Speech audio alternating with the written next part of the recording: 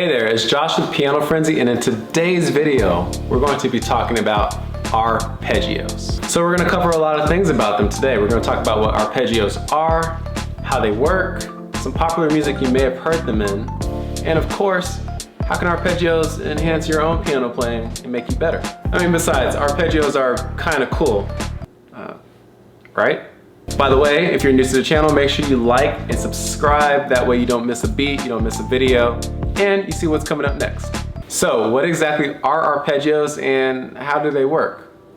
Well, it might be a little bit better if I just kind of showed you. So an arpeggio is just a collection of notes, but they're all played at different times. So rather than just doing this, we would do this instead. So as you can see, arpeggios are just a series of notes that are broken apart. Rather than played all at once, they're just separated.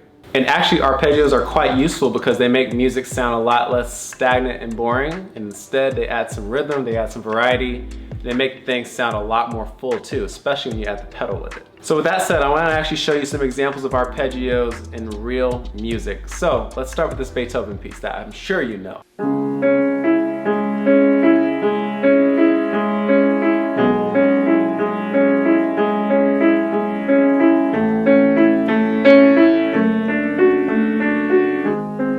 Not too bad, right? But now let's go something a little bit more popular. How about Coldplay?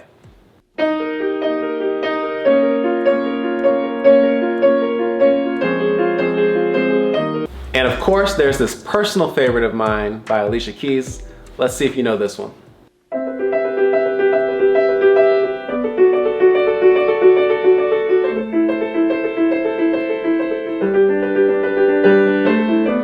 So as you can see, arpeggios are present in a ton of music. Things that we know, things that are very old, even things that are very current. Question now becomes, how can you use arpeggios to enhance your piano playing and add it to your practice? Well, in order to help you with that, I'm going to show you some ways that you can practice it right now and add it to your daily routine. So let's start with the 3-note arpeggio.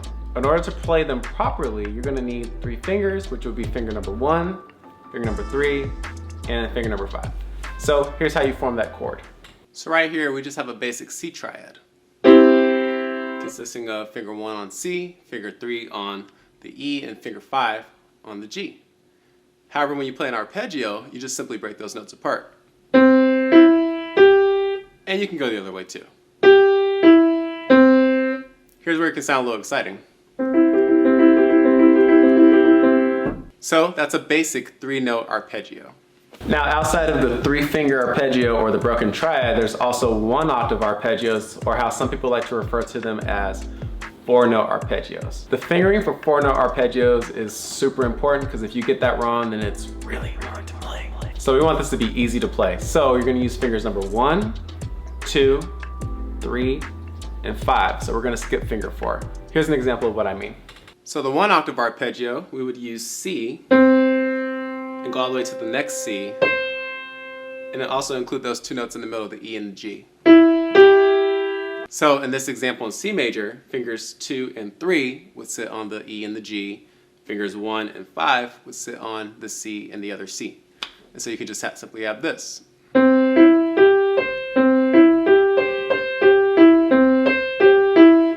then of course we can make it sound exciting, add some pedal, going back and forth between the two. Now it's important that when you're doing 1-octave arpeggios that you have fluidity in the wrist. If the wrist is stiff, it sounds very choked off like this. And it just doesn't come out as pretty as this. So you want to make sure that wrist is fluid every time as you're transferring weight from one finger all the way to the next, so that you get that nice, beautiful motion. So let's go overhead so you can see what that looks like from the pianist's point of view. So that fluid wrist motion is super important. You want to make sure that when you're playing a key, this is moving along with you as you go up and as you go down. Notice if you don't move and you stay stiff, the sound quality gets terrible. But once you start moving, then you can start doing things like crescendoing, decrescendoing, and making it more musical, and ultimately having more sound. So just playing the notes with the arpeggios 1 note at a time is one way to practice it. However, there are some specific ways you can go about it to make sure it goes well. So one way I like to do that is by actually playing my arpeggios with blocked notes. So in order to block your arpeggio, you're gonna play part of it broken, which is the first finger.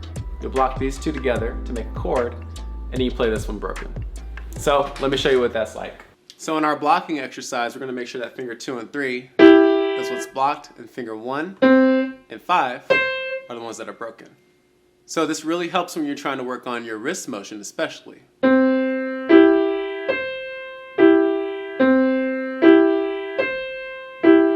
So not only are the hands pre-stretched, but they also work on making sure they move and release the keys that they're not playing anymore. Because if I stayed here, it just makes it a lot harder to do this. I want you to listen to that for a second. Notice the sound is really choked off, and that's not what you want. Instead, you want this. So that's an easy way you can start practicing your arpeggios, making sure you're getting some quality out of it. You can even do this in multiple octaves like this.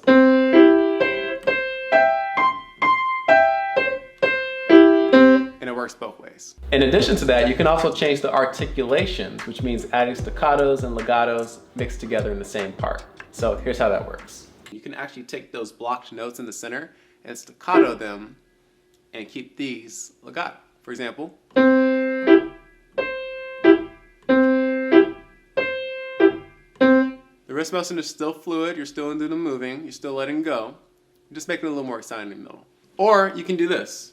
Staccato the C, legato the E and the G, staccato the other C. For example.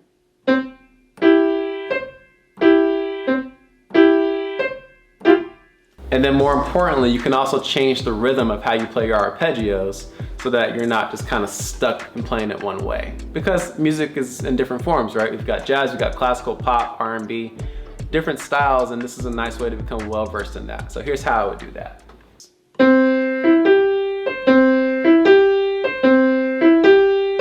You can also go back and forth with it. So as you can see, there are a million ways you can practice arpeggios. There's no right or wrong way. These are just some of my favorites. So at this point in the video, you're probably wondering, how do arpeggios actually benefit me? What are the things I get out of it? So for starters, when you're playing arpeggios, one of the biggest benefits is finger independence. You need to be accurate with your fingers. You need to make sure you're coming at the correct angles. And if you don't do those things, then they don't go so well, they don't sound so well, and that actually can trail on to other parts of your music playing, right? So you want to make sure that you polish your arpeggios so that you can enhance the other techniques at the piano. Arpeggios are also an awesome way to develop your dynamics, making sure you can do crescendos and decrescendos effortlessly. All right, at this point, I think you've learned everything you can about the basics of arpeggios, how they work, and you also have some tips on how to practice them. So if you enjoyed the video, make sure you subscribe, leave a like, and of course comment and let me know what you think.